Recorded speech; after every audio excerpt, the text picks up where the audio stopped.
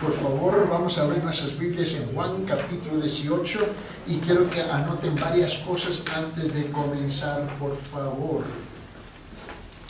En la pizarra, y quiero entrar en este tema por otra puerta, ¿no? Específicamente. Y la razón que lo quiero hacer de la siguiente manera es si esta mañana le mandé a todos ustedes por el chat de WhatsApp una mini enseñanza y la razón porque no logré poder imprimirlo. Pero eso es lo que quiero comenzar con eso, y eso está en su WhatsApp, en el chat, y para aquellos que lo pueden abrir, pueden seguir el hilo ahí.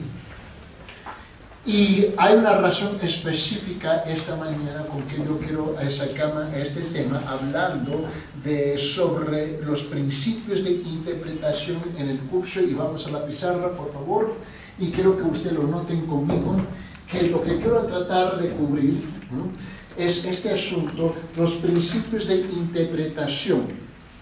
Uno de los desafíos que siempre tenemos que enfrentar es que la mayor parte de la gente tiene su interpretación privada.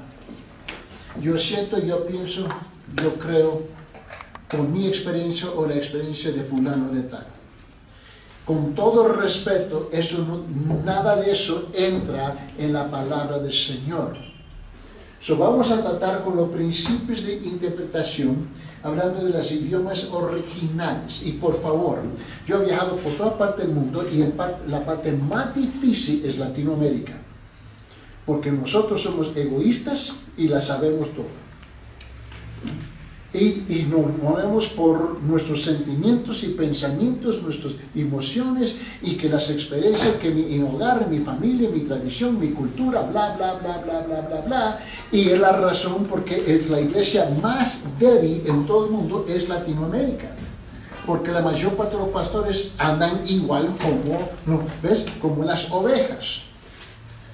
Y me dicen, no me importan los idiomas originales. Bueno, ese es básicamente un burro que te está hablando.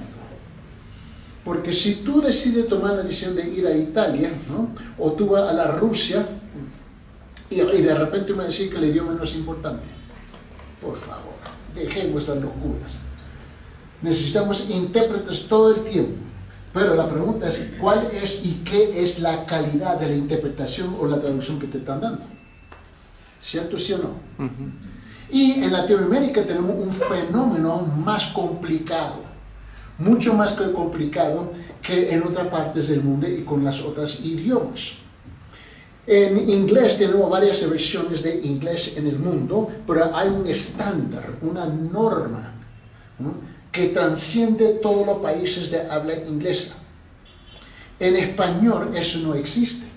En español tenemos 29 versiones de español oficial. Oficial. Ahora imagínense que cada país tiene sus propias reglas, su propia gramática, y la misma palabra en un país es algo vulgar en el otro país, ¿no?, y nos insultamos, nos peleamos y somos como niños en pañales.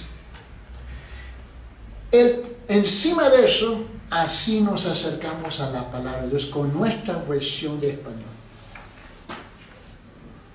Y leemos una palabra en la Biblia y le damos ese sentido, ese significado, esa definición en la forma como nosotros lo usamos, y descubrimos que esa no es la palabra que se está utilizando. Los idiomas originales son importantes. Son importantes, y créanme, porque tú vas descubriendo que utilizamos palabras en la Biblia y le aplicamos en el contexto cultural y lo aplicamos mal. Los idiomas originales son importantes. Tenemos que entender el estado del texto hebreo.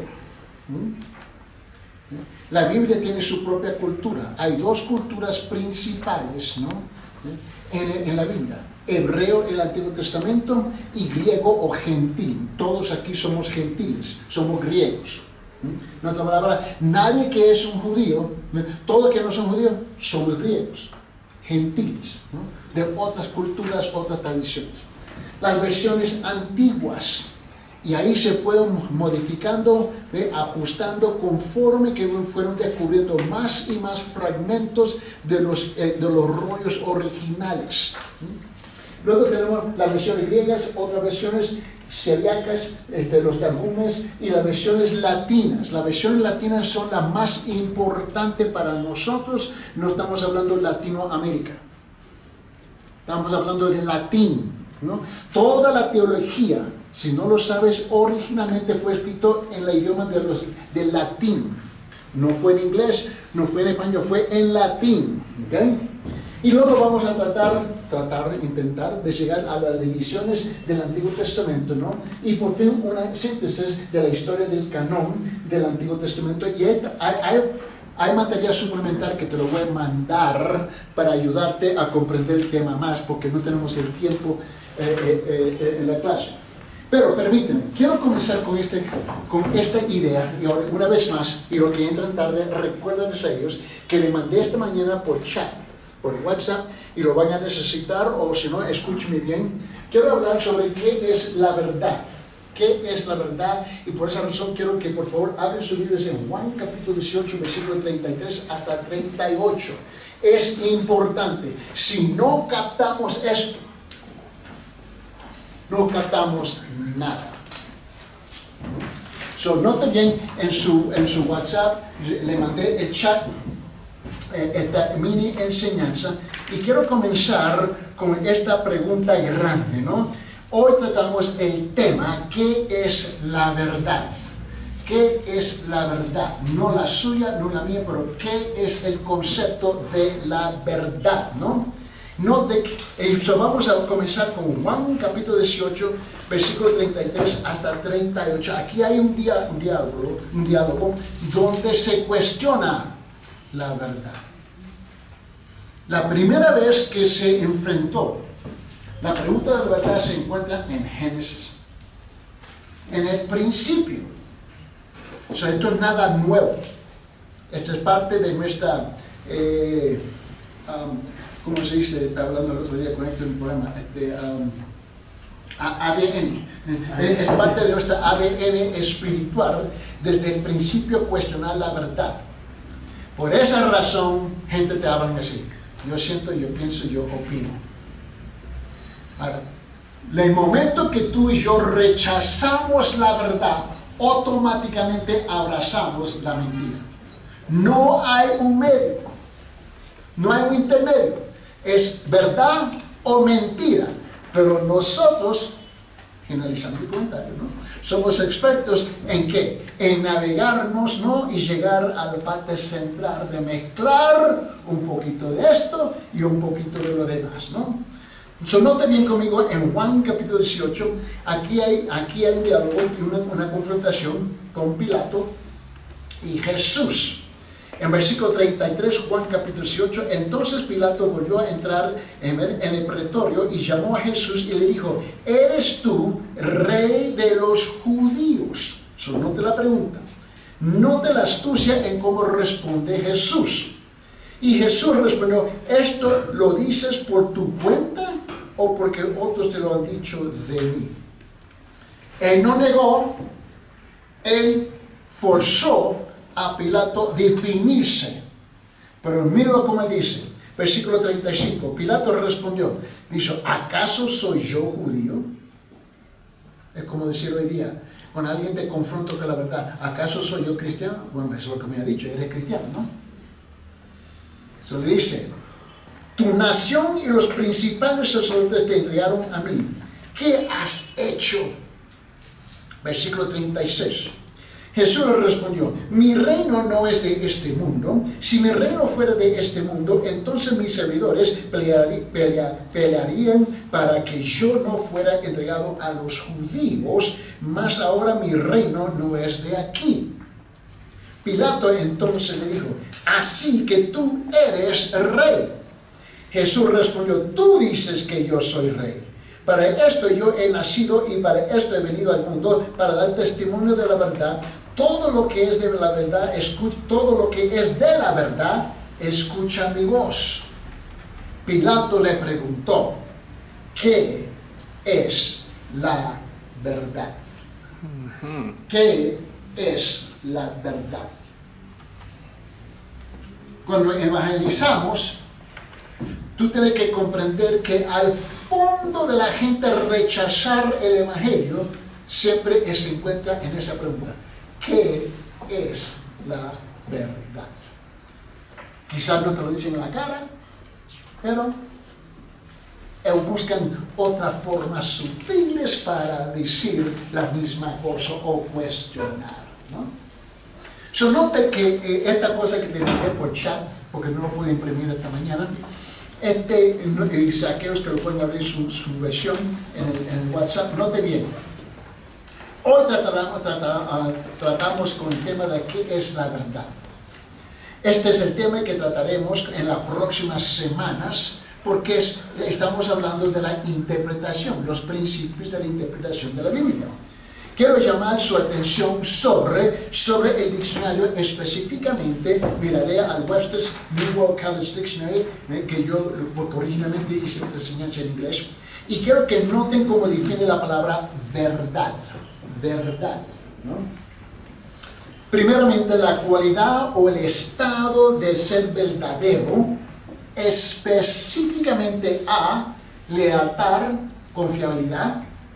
B, también significa sinceridad, autenticidad, honestidad. C, también significa la cualidad de estar de acuerdo con la experiencia, los hechos o la realidad, conformidad con los hechos. D, además significa realidad, existencia real.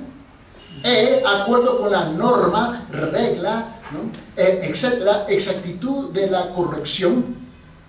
Y la segunda es lo que es verdadero, declaración, que concuerda con el hecho o la realidad.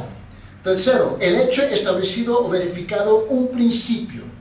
Y cuarto, una creencia o una enseñanza particular considerada por el hablante como la verdadera. Ahora, lo que quiero hacer, y esto te lo voy a mandar y te lo entrego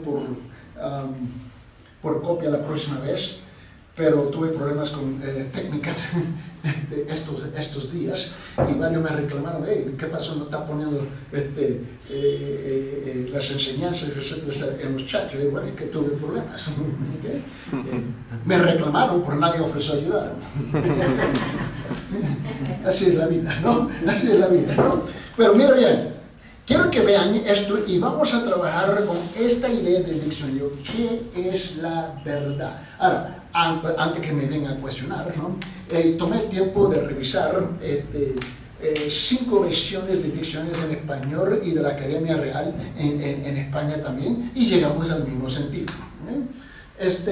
Porque ahí me encantan los hermanitos, siempre buscando una rajadura en la verdad, ¿no? Pero note bien, comenzamos con la pregunta de qué es la verdad, y quiero verla desde la perspectiva de la realidad de la verdad en un mundo caído. Ahí está la clave. Tú y yo vivimos en un mundo caído. La única forma como tú y yo nos podemos acercar a la verdad es a través que tú y yo hemos nacido ¿qué? En un mundo caído. Es la única cosa que nosotros conocemos, es un mundo caído. Y eso ha tenido un impacto sobre cada uno de nosotros, ¿no? Y nos ha contaminado, ha tenido un tremendo impacto en nuestra forma de acercarnos al concepto de la verdad. Y te lo puedo comprobar. Aquí en Perú, como ya he estado en muchos otros países, me dicen: no, es que tú no entiendes, Manuel, es que en nuestra cultura, en ese momento, en nuestra cultura, están enfrentando y confrontando la veracidad de un concepto y justificando su propia versión. Tú y yo tenemos que luchar con otro problema. Y no importa qué país que se encuentre. Tenemos, ¿ves?, verdades paralelas, ¿no? Aquí está la verdad de Dios y aquí está nuestra cultura, ¿no? Aquí está mi familia, mi tradición, etcétera, etcétera. ¿Comprende lo que digo? Tú y yo lo conocemos muy bien y entiende muy bien lo que estoy intentando de decir aquí.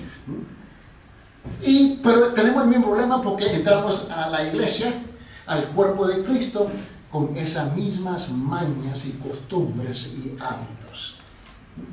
Y cuando no entendemos algo, en vez de decir, no entiendo, así respondemos. Es que en mi tradición así pensamos. So, automáticamente estamos cuestionando ¿qué? La verdad. Y nos hemos acostumbrado que es una segunda naturaleza para nosotros hacerlo.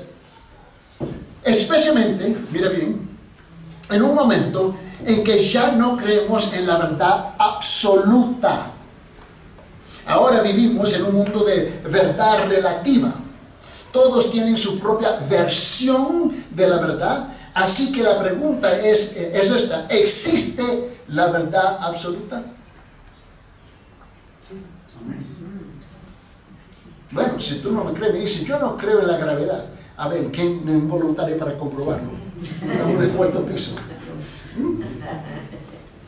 Muy bien. Ahora, la pregunta, ¿no? La pregunta es a menudo hecha por muchas personas hoy en día, si existe la verdad absoluta. El lugar donde te convierten en gente que cuestiona la verdad es la universidad. Es el lugar número uno.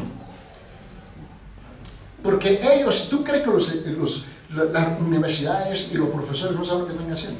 Ellos saben que vos es joven, arrogante, soberbio, joven, arrogante, soberbio, dije arrogante, dije soberbio, orgulloso, y eres súper inteligente, pero no tienes nada de sabiduría. Lo que tú tienes es mucha información, ¿no? Y saben que eres tan joven y impresionante que ellos vienen a inculcar en ti poco a poco su doctrina y sus filosofías. Y cuando tú terminas graduado, ni tu familia te reconoce. Porque tú puedes hablar, puedes articular, eres elocuente, tienes palabrotas larguísimas, grandes, de 1000 soles por cada palabra, ¿no? Y impresionas a todo el mundo, ¿no? Pero cuando te escucho, ¿qué dijiste? Nada. Dice, ¿por qué siempre le da duro a nuestra? Porque trabajé por años con ellos. He debatido temas en varios países, en varias universidades, y cuando me recuerdo cuando fuimos a evangelizar en las universidades, miren, católicas aquí, dice, nosotros no creemos en eso. ¿No es universidad católica? Y tú cuestionas la existencia de Dios, y estos son los profesores. Mira bien. La pregunta es a menudo hecha por muchas personas hoy en un día, si existe la verdad absoluta. Vivimos en una generación que niega cualquier noción de verdad. El único absoluto parece ser que no hay absolutos. Y la única verdad que no hay verdad. Esa es la verdad. Esa es la contradicción de todas. Pero a nivel de universidad, es que nosotros somos libres y tenemos mentes abiertas. Así te voy hablando el otro día, ¿no? Y mira, y la gente, es que tú necesitas una mente abierta, ¿no? Ese es un estúpido que te está hablando. Mente abierta. Tú recibes cualquier basura. Pero nosotros lo hemos exaltado a una virtud altísima, tener una mente abierta. ¡Wow! ¡Qué impresionante! Estas declaraciones no son teóricas, pero lamentablemente representan la mentalidad de nuestro mundo posmoderno. Comúnmente escuchamos a la gente hoy en día decir, tú tienes tu propia verdad y yo tengo mi verdad. ¡Qué lindos somos!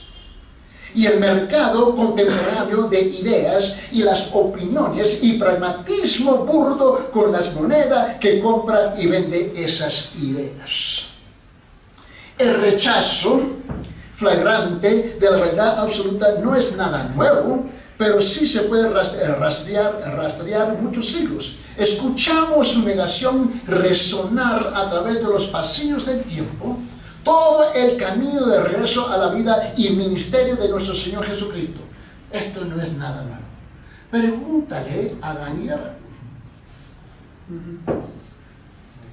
El diablo no vino y se le presentó y le dijo a la serpiente, bueno, es que Dios es un viejo loco y las canicas están patinando y te están mintiendo. Él no dijo eso. Él tomó una mitad, una media verdad, que siempre es una mentira, y distorsionó lo que Jesús, lo que el Padre Celestial había dicho. Y así comenzamos sutilmente. La noche antes de su crucifixión, Jesús fue juzgado ante Poncio Pilato y entabló una conversación individual en la que se reveló claramente la propia denuncia de la verdad por parte de Pilato. Había oído a Jesús hablar de su reino y proclamó que él era un rey. Y ante la afirmación de Jesús de que todos los que eran de la verdad escucharían su voz, Pilato replicó esquéticamente, ¿qué es la verdad? Esta es la antigua pregunta que fue expresada por Pilato mientras estaba a cara ante aquel que es la verdad encarnada, Jesús. Esta no fue una pregunta honesta planteada por alguien que busca conocer la verdad. Más bien es una negación desafiante de que exista tal cosa como la verdad. La declaración de Pilato fue pronunciada con total desprecio, una reprimenda despectiva goteando de sarcasmo. Esta refutación tenía la intención de menospreciar la especulación de cualquier afirmación de verdad en el mundo. Y es común aquí. Pronunciando con un tono áspero de burla, este rechazo fue un golpe de púas de Pilato al Señor Jesucristo. Tenía la intención de denigrar la idea de que cualquiera, y mucho menos Jesús, pudiera afirmar que sabía y decía la verdad. Pilato rechazó categóricamente la idea misma de una afirmación exclusiva de la verdad. Esta pregunta fundamental, ¿qué es la verdad?, ha reverberado a través de los siglos y ha seguido haciéndose más fuerte en esta hora presente. Con el aumento del volumen, escuchamos la mantra repetida, ¿qué es la verdad? Ahora, escuche usted mismo cuando haces preguntas. ¿Ves? Cuando estás en una escuela dominical, estás en un estudio bíblico, estás en una clase bíblica, y escuche bien sus propias preguntas. Porque muchas de sus preguntas son preguntas cuestionando la verdad, cuestionando la veracidad del concepto. En vez de hacer la pregunta, no entiendo, explícame, comienzas a cuestionar. Y eso es común. Yo entreno pastores por toda parte del mundo. Y ese es el grupo número 1 que cuestiona la verdad. No te regalo 5 céntimos, 1 céntimo por la mayor parte del pastorado hoy en día. Están empapeados, bañados, jabonados ¿con qué? Con la cultura y su propia opinión y sentimientos, en vez de con la palabra del Señor. El espíritu de Pilato vive hoy más fuerte que nunca. Esta incredulidad está viva más bien en los campos universitarios, reina en los pasillos del gobierno, legisla nuestra moralidad pública y reina en nuestros medios de comunicación. Enseña en muchos seminarios y se encuentra en innumerables púlpitos. Vivimos en una cultura que desafía implacablemente entre cualquier pensamiento o verdad exclusiva. De hecho, nuestra sociedad no solo cuestiona la realidad de la verdad, sino que se ha vuelto vehementemente antiverdad. Somos tolerantes con cualquiera cosa, excepto con alguien que afirma conocer la verdad absoluta. Aceptamos cualquier locura, cualquier idea, cualquier disparate, lo abrazamos en el nombre de la pluralidad y diversidad, Pero si alguien dice, esta es la verdad, Dios guarda. Aún la iglesia lo cuelga. Los elementos de esta conversación iniciada entre Jesús y Pilato representan un microcosmos de la batalla de ser libre, de que sea libre por la existencia de la verdad de Dios en nuestro mundo hoy. Esta confrontación comienza con tres cosas. Uno, el rechazo enfático de la verdad por parte de Pilato. Dos, progresa a la afirmación de Jesús de la realidad de la verdad. Y culmina con tres, afirmación de Jesús del reino de la verdad en la vida de los creyentes. A ver este diálogo entre Jesús y Pilato, a través de estas tres lentes podemos encontrar una visión penetrante y aplicaciones más amplias para nuestras vidas hoy.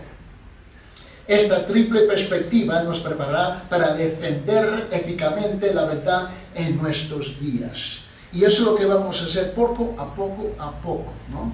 Y eso te lo voy a ayudar en los chats donde voy depositando estos conceptos para ayudarle a aumentar y complementar lo que estamos aprendiendo aquí.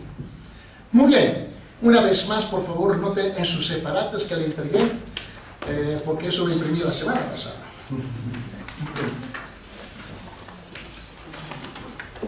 Cada sábado tengo ya todo preparado para el siguiente sábado.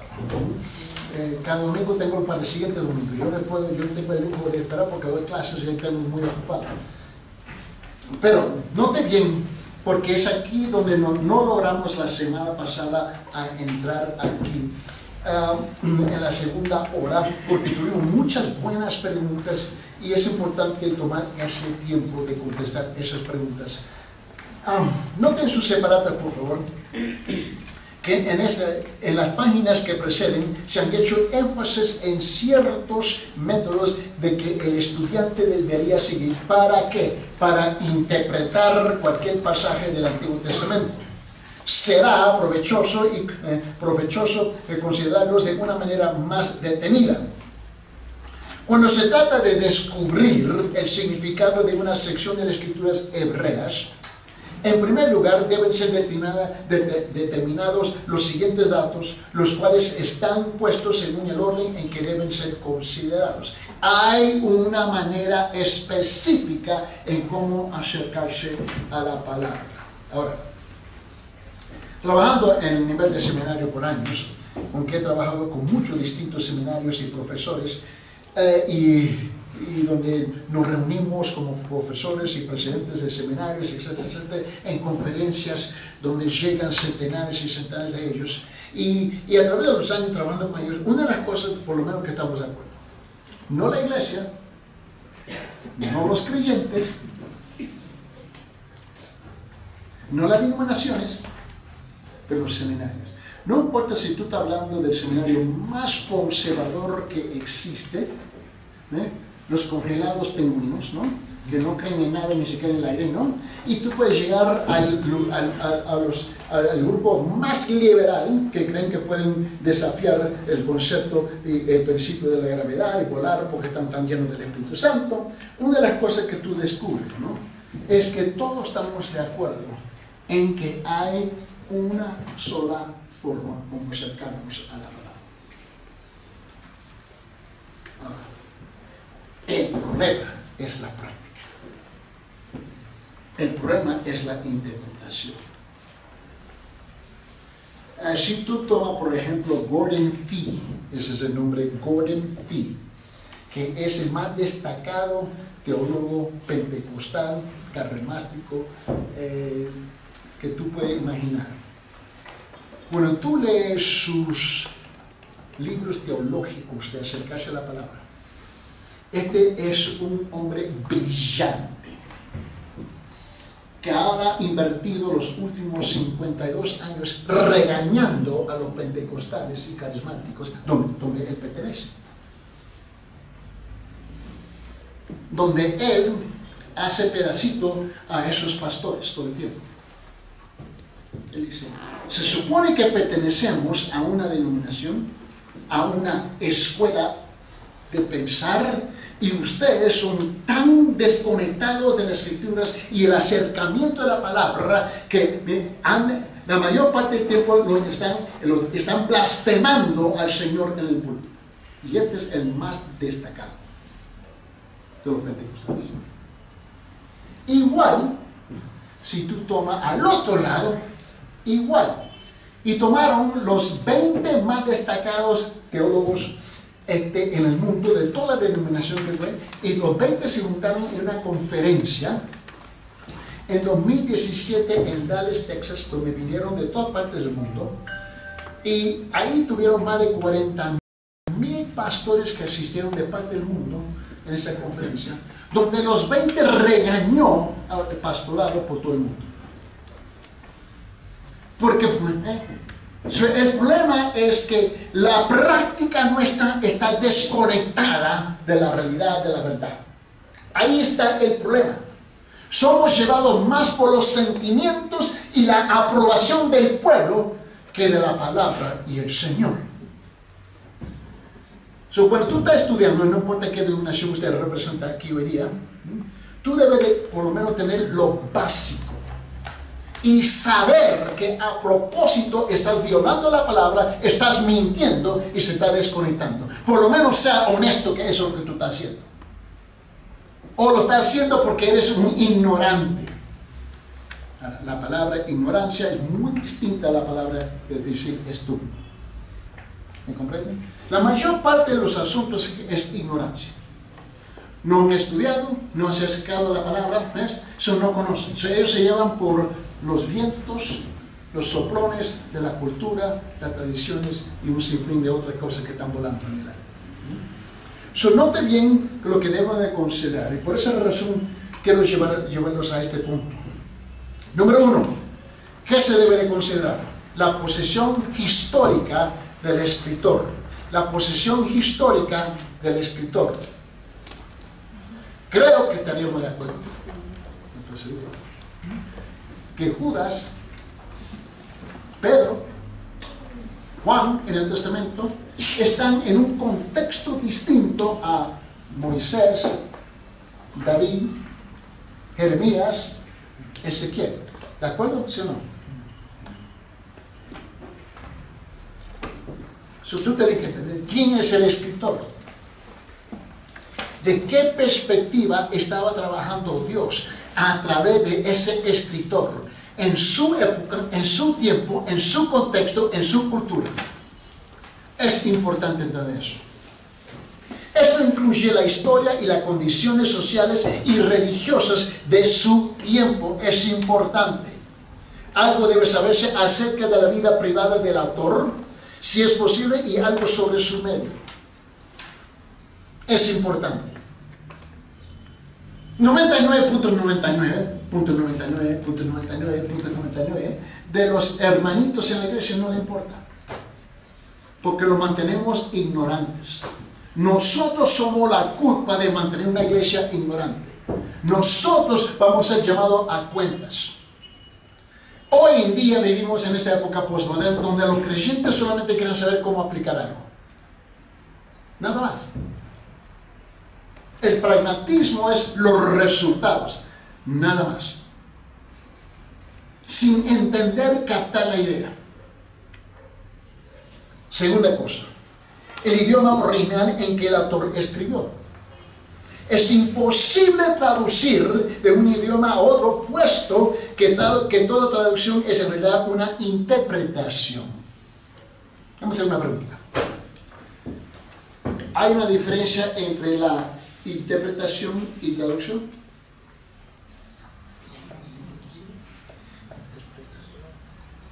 Se me quedan mirando ahí. Sí hay una tremenda. Son dos mundos distintos, ¿cierto? ¿Sí o no?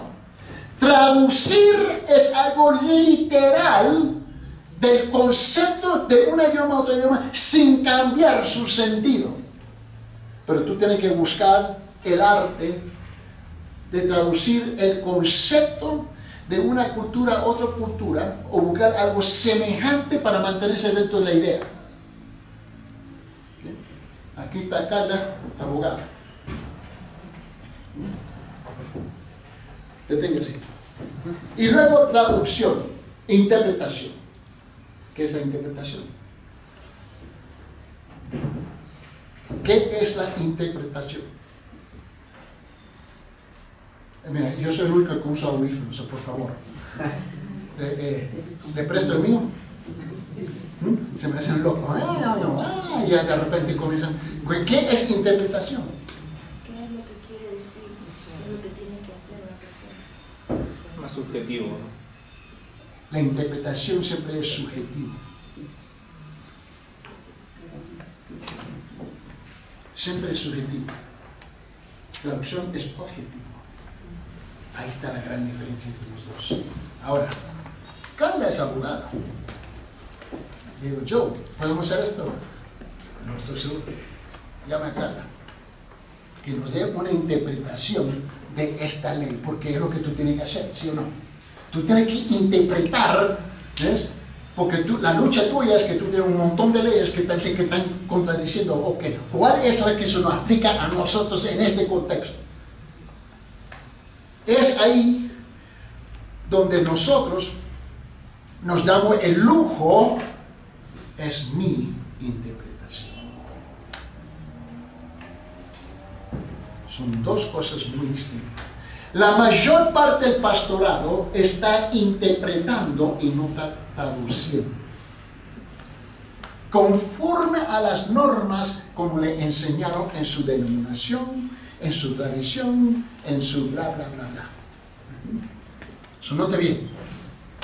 Conocer el hebreo es imprescindible para hacer una correcta exposición del Antiguo Testamento.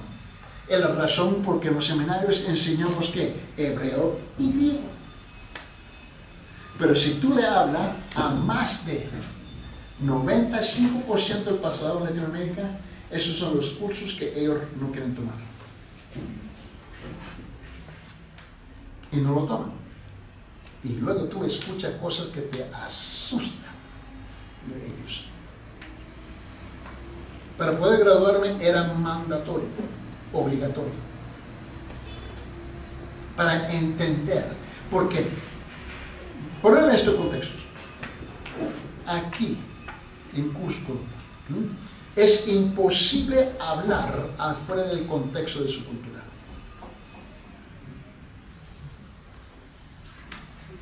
Ahora, si ustedes son como Ángel, ¿no?, que viene de la República de Sicuani, eso es otra cosa, ¿no? En Sicuani ellos tienen es otro mundo, ¿no? Más bien requiere este pasaporte para llegar aquí, ¿no?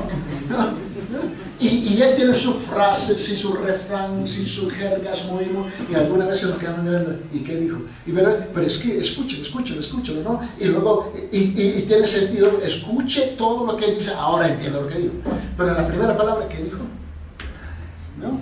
So, la cosa es esto, que tú tienes que entender que es imposible hablar afuera del contexto de su cultura. Su idioma es cultural. Siempre. So, cuando tú estás traduciendo algo o estás escuchando de un idioma a otro, tú tienes que ahora, en su mente, tú nunca preguntas en qué contexto cultural está hablando. Tú solamente, en tu mente, tú vas de traducción a traducción y no te das cuenta que hay una interpretación. Eso es importante. Conocer el hebreo es imprescindible para hacer una correcta exposición del Antiguo Testamento. Si no se conoce, el estudiante debe seguir el segundo método y estudiar los mejores comentarios basados en un texto hebreo. Ahora, comentarios. Hay precisamente 32 distintos comentarios que existen en el mundo de la Biblia. No todos los comentarios son iguales. Algunos comentarios son culturales. Algunos comentarios son sociales. Algunos comentarios son técnicos en la cultura. Algunos comentarios son técnicos en el gobierno, depende en qué parte se encontraba la iglesia en ese entonces. Algunos comentarios son lingüísticos. Algunos comentarios están basados en la traducción del Nuevo Testamento, basada en la versión griega del Antiguo Testamento. Otros comentarios son literalmente hebreo, que es el mejor que tú puedes encontrar. otros son literalmente solamente en griego, el mejor que tú vas a encontrar. Cuando tú levantas un comentario, ¿qué es lo que está levantando en tus manos? Y tú lo abres y no sabes lo que estás leyendo. Por eso le enseñamos qué clase de comentario tú estás escuchando. Un comentario, por ejemplo, hoy día, de parte de los más destacados hoy día en esta época, fue R.C. Sproul, de John MacArthur, o de Hendrickson, es otro, Keller es otro. Hay un sinfín. Todo el mundo quiere, voy a comprar un comentario. ¿Con qué propósito? ¿Con qué objetivo? ¿Y qué es lo que estoy en la mano? No sé, es un comentario. Porque todos dicen comentario. ¿Por qué clase de comentario? Eso es importante entender. 3. El contexto del pasaje es importante. El contexto del pasaje. Tú y yo estamos acostumbrados a citar versículos, ¿verdad? Automáticamente, estamos sacando el texto afuera de su contexto. Automáticamente. Y lo citamos a lo loco. Y la gente no entiende su contexto. Los escritores de las Sagradas Escrituras no escribieron cada versículo sin orden ni concierto, sino que coordinaron lógicamente un pensamiento con otro. Cada versículo debe estar adecuadamente relacionado con los que lo rodean. Cada pasaje debe ser estudiado a la luz del libro que lo contiene y cada libro debe ser examinado según su relación total del Antiguo Testamento. Porque no se olvide que estamos estudiando la introducción al Nuevo Testamento. Cuando estoy leyendo Ezequiel, de todos los libros del Antiguo Testamento, ese es el libro número 1 que los pastores no tocan. Están enamorados con Salmos, ¿no? Pero ignoran 1 y 2 Samuel, 1 y 2 Reyes, 1 y 2 Crónicas. ¿Cómo que tú vas a entender los Salmos? 4. La naturaleza de la literatura. Importantísimo. Como ya se ha sugerido, la sección anterior es de suma importancia determinar el tipo de literatura para comprender un pasaje del Antiguo Testamento. Los libros poéticos. Hay un lenguaje, un género especial de expresar algo, donde se utilizan muchas metáforas, hay ilustraciones, etcétera, etcétera, etcétera. Hay reglas cómo interpretar eso. Muy distinto leyendo los libros históricos. 5. La relación a su cumplimiento futuro. La relación a su cumplimiento futuro. El estudio crítico del Antiguo Testamento con su énfasis histórico ha llevado a muchos a concluir su análisis con un cuarto procedimiento. Ni Jesús ni los autores del Nuevo Testamento siguieron al método. De la misma manera que la vida de un hombre hace explícitas las tendencias escondidas de su infancia, así también el Nuevo Testamento revela las verdades ocultas en el Antiguo Testamento. Con todo respeto, hermano, usted debe tener una dieta sólida del Antiguo Testamento en su estudio y lectura de la Biblia. Porque si tú la pasas todo el tiempo en el Nuevo Testamento, eres un ignorante. Porque el Nuevo Testamento es el cumplimiento del Antiguo Testamento. ¿Qué es lo que está cumpliendo? ¿En qué contexto? Verdades que ni los mismos autores ni expositores judíos de tiempos posteriores vieron. Descansan dormidas en muchas expresiones del Antiguo Testamento, verdades reveladas solamente en Jesucristo. Se debe tener cuidado de no leer en pasajes del Antiguo Testamento las enseñanzas del Nuevo Testamento, aunque nunca se debe olvidar que Jesús es la clave de la única comprensión verdadera del sueño de los profetas.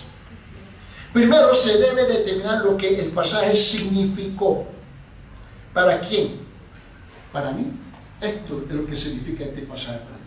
Así hablamos hoy, así pensamos hoy. No. El autor original, ¿cuál y qué es su perspectiva cuando él estaba escribiendo? Primero debe determinar lo que el pasaje significó para ese escritor y para su generación. ¿En qué contexto estaba hablando? Luego se debe descubrir su relación con el plan eterno de Dios. Tercero, la relación tal vez el autor inspirado no vio, pero que es evidente para aquellos que viven en la plenitud de la luz. Te recuerda que en el Antiguo Testamento muchos de los profetas estaban escribiendo, pero no conocían toda la verdad en su futuro, cómo se iba a cumplir. Ellos estaban escribiendo en el contexto del hoy, aquí, hoy, no allá, mañana. Ellos estaban limitados en lo que Dios les reveló a ellos, y aún muchas de las profecías, muchas cosas que ellos mismos no lo entendían, pero fueron obedientes, que es la palabra más vulgar que existe en la iglesia hoy día, obediencia, ¿no? Es a la luz de la plenitud del Nuevo Testamento que tú descubres, aquí se ve la cosa. Luego tenemos los idiomas originales. Note bien, todo el Nuevo Testamento está escrito en griego. Cualquiera que haya sido el idioma original en que escribieron Mateo, Santiago y otros, el Antiguo Testamento fue compuesto por hombres que hablaban y escribían en el hebreo.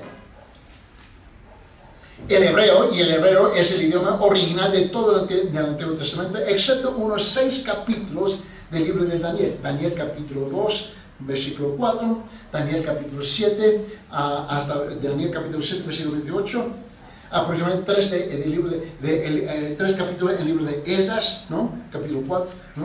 4, 8, Esdras capítulo 6, versículo 18, Esdras capítulo 7, versículo 2 a 26, y un versículo que se encuentra en Jeremías capítulo 2, versículo 1. Eso fue escrito, ¿no? En siriaco, ¿no? Y Persia, donde se traducieron al hebreo. Pues básicamente el libro es hebreo. Ahora, estos capítulos están escritos en lengua aramea, ¿no? Hermana de hebreo. Es la razón por la que los judíos y los palestinos se pueden hablar. No les cuesta a ellos entenderse. Es muy fácil, ¿no? Es como el peruano con el chileno, ¿no? Se pueden comprender, aunque se están molestos todo el tiempo, pero se pueden comprender, ¿no? Y si uno desea leer toda la Biblia en el original, debe aprender el hebreo, ¿no? Y el arameo y el griego, ¿no? Vamos a hablar del estado del texto hebreo. Los judíos durante 2000 años han tenido mucho cuidado en preservar los libros sagrados en su pureza primitiva. Hoy nosotros los tiramos por la ventana. No han escatimado esfuerzos para preservar un texto puro. Por otra parte, no debe olvidarse que las escrituras hebreas a menudo estuvieron en grandes peligros. Antíoco Epífanes en el año 1667, 166 a.C., quemó todas las copias que pudo encontrar, pero no todas. Muchos rollos fueron destruidos durante las terribles guerras de romanos, ¿no? El año 700 después de Jesucristo. Además, puede ser que fueran insertados en los textos errores de escribas muchos antes de los días de Esdras y de su escuela de escribas. Ahora, en paréntesis, los escribas es el grupo más antiguo de todos los judíos. Los saduceos vinieron después, los fariseos vinieron el grupo más joven son los fariseos, si no lo saben, ¿no? Ellos fueron los legalistas. Ellos fueron los verdugos de la religión. Ahora, los escribas nacen en la época de Esdras, donde ellos tomaron los levíticos, ¿te recuerdas ellos? Ellos tenían mucho cuidado con la palabra. Nosotros hoy en día, en nuestras culturas, y una vez más, no se moleste conmigo porque te digo la verdad, en Latinoamérica no hay un tremendo desprecio para la palabra, cualquier palabra, la educación, el leer. Si tú tienes la oportunidad de escuchar un concierto o leer un libro, es el concierto, ¿sí o no? Y estamos contentos con eso, a criar nuestros hijos en una criatura donde han hecho encuestas, ¿no? Donde le hacen la pregunta a los niños: ¿cuántos de ustedes han visto a su padre leer? 99 dicen nunca. Nunca. Ese es un problema que tenemos que enfrentar y reconocer que es un problema en Latinoamérica, ¿no? Por todas partes. En los judíos era un requisito primordial y tenían que leer en voz alta unos a los otros. Por hoy los padres, no, estoy cansada, que mi trabajo, que esto, que pura excusas y justificaciones que te van a quemar en vivo delante del Señor un día. Ellos entraban, se acercaban a la palabra, reconociendo que es Dios, Jehová, que nos estás hablando. Además, el texto moderno,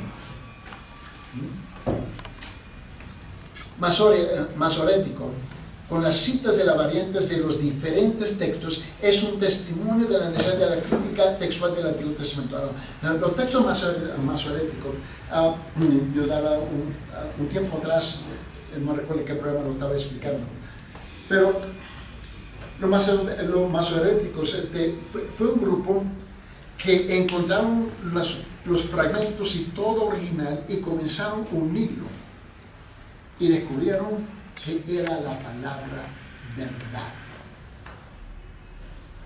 Después del año 70, cuando le subieron a Jerusalén, y tiene una precisión de 99.99%, es increíble.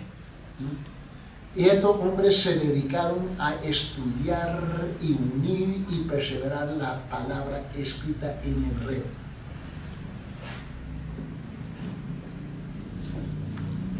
S. Baer y Frank Delitzsch, de cuando en cuando, a lo largo de más de 20 años, publicaron por partes una edición del texto masorético hebreo. En cuanto muchos lo cuestionaron, pero descubrieron que eran precisos. C.D. Ginsburg es autor de una compilación cuidadosa del texto masorético y Kittle ha publicado una versión de la Biblia en hebreo, ¿no? Ahora, han regresado a Israel, se les ponieron a los rabís, a la escuela religiosa de los judíos en Israel, y se asustaron cuando descubrieron qué tan preciso era. Las notas que aparecen al pie de esta edición citan versiones muy antiguas y contienen muchas opiniones de renombrados eruditos modernos. Esta es la mejor edición de la Biblia hebrea para el estudio crítico. Ahora, los antiguos hebreos se escribieron sin indicar los vocales. Esto es importante otra vez. El texto compuesto únicamente de consonantes es usado todavía hoy en las sinagogas. Entre los siglos VI y VIII después de Jesucristo, los autores del texto masorético idearon el actual sistema de vocales y desde entonces en las copias de las escrituras están indicadas los vocales que acompañan el texto compuesto de consonantes. Tú sabes que aprender un idioma, escribir, leerla, es muy distinto a hablarla, ¿no? Ahora entra en la parte donde uno tiene que pronunciar, y cuando descubre, por esa razón en inglés es un idioma muy brutal, porque tenemos tantos consonantes, ¿no? Y si tú no entiendes la pronunciación, te va a costar. Pronunciarlo y escribirlo son dos cosas muy distintas. El español es mucho más fácil en el español, ¿no? Y son mucha gente que van al norte, ahí están 5 años, híjole, ¿no? Y buscan la forma como poner. Bueno, te pueden enseñar, si vas a la escuela de noche, rápido, te enseña rápido, ¿no? Pero como no queremos ir a la escuela, es otra cosa, ¿no? Pero sí, siempre aprendemos todas las palabras vulgares primero, ¿no? Conocemos todas las palabras vulgares en todos los idiomas, ¿no? Uno llega a Perú y dice, te voy a enseñar el español aquí. Y la primera cosa que te enseño y tú lo repites, la gente dice, ¿qué me dijiste? Es increíble, ¿no? Las Biblias hebreas modernas siguen el mismo sistema palestino que emplea los puntos sobre, debajo y en medio de los consonantes, que te ayuda a entenderlo. Ahora, el sistema babilónico era sobrelineal. Naturalmente, la carencia de vocales dejó un margen más amplio, ¿no?, para ambigüedades y las antiguas versiones. especialmente de los 70, dan evidencia que el mismo texto compuesto de consonantes era leído y entendido de formas distintas. So, vamos a seguir adelante. Hasta tiempos bastante recientes, los manuscritos existentes completos más antiguos de la Biblia hebrea tenían fecha aproximadamente del año 1000 después de Jesucristo. Descubrimiento de los numerosos documentos en la región vecina, el Mar Muerto, ha revolucionado completamente el estudio del texto del Antiguo Testamento. ¿Por qué tomo tiempo de explicar todo eso? Es porque dice, bueno, no entiendo, no me interesa, voy a tomar mi siesta en este momento. Bueno, termina esa sección, hazme saber. Y es porque tú sabes que en cada país, ¿no? Y especialmente en Latinoamérica, tenemos distintas formas en cómo pronunciar la misma palabra. Esa es la verdad. Y depende de qué país uno es al otro, para ti, cambia el sentido. ¿Qué dijiste? Entonces tú vas al Caribe, ¿no? Y en el Caribe del oeste y el Caribe del este, ¿no? Y tú usas la palabra botica aquí, ¿no? Muy diferente, allá es bótica. So, uno llega aquí y dice, ¿de qué está hablando? ¿Me comprende? Y cambia el sentido, porque depende en qué parte, la parte más norte de Sudamérica, al extremo de Sudamérica, ¿ven? Estamos hablando después de Panamá, ¿no? La parte más norte de Sudamérica es muy distinto, un mundo completamente, a la parte sur. Tenemos que entender estas cosas. Bueno, tenemos los mismos desafíos en la Biblia. Los mismos desafíos. Cuando llega un rabí de la Rusia, un rabí de la Grecia, un rabí de Inglaterra, un rabí en Australia, ¿ves? Se tienen que sentar y hablar, ok, nosotros en hebreo pronunciamos allá así, y aquí como lo dicen ustedes.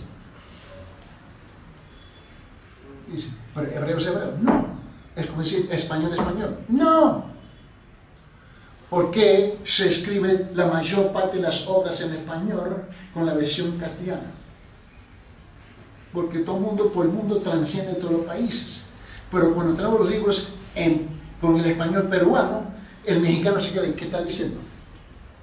¿Me comprende? Estas cosas son importantes para entender, ¿ves? De la perspectiva del lector o del creyente. Cuando él viene y se acerca a la palabra, él se va a acercar con lo que él entiende, lo que él o ella conoce. No tenemos que pelear, no tenemos que insultar unos a los otros, comprendernos que somos de distintos lugares, ¿no? Pero estamos en la misma familia, ¿no? En la misma familia de Dios. Sigue conmigo, por favor, a las versiones antiguas, por favor.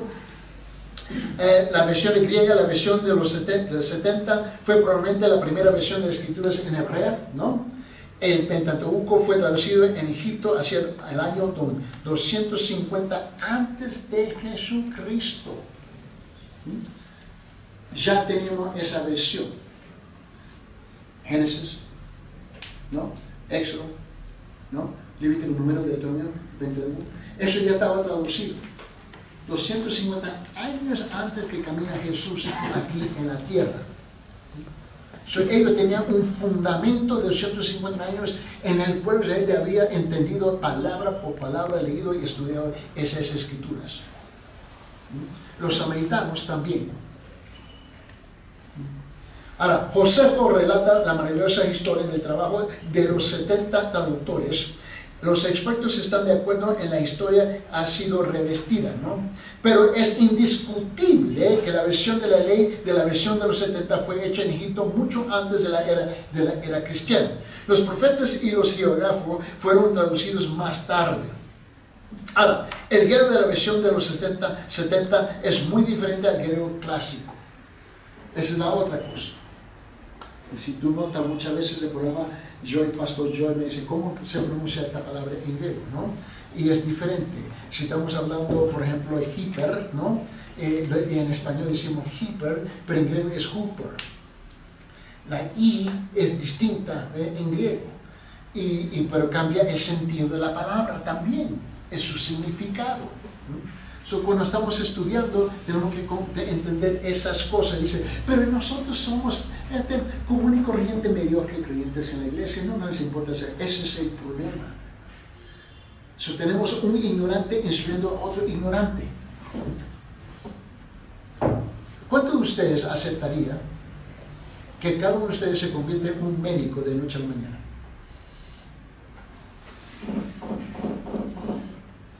Pero cada uno se está dando una receta.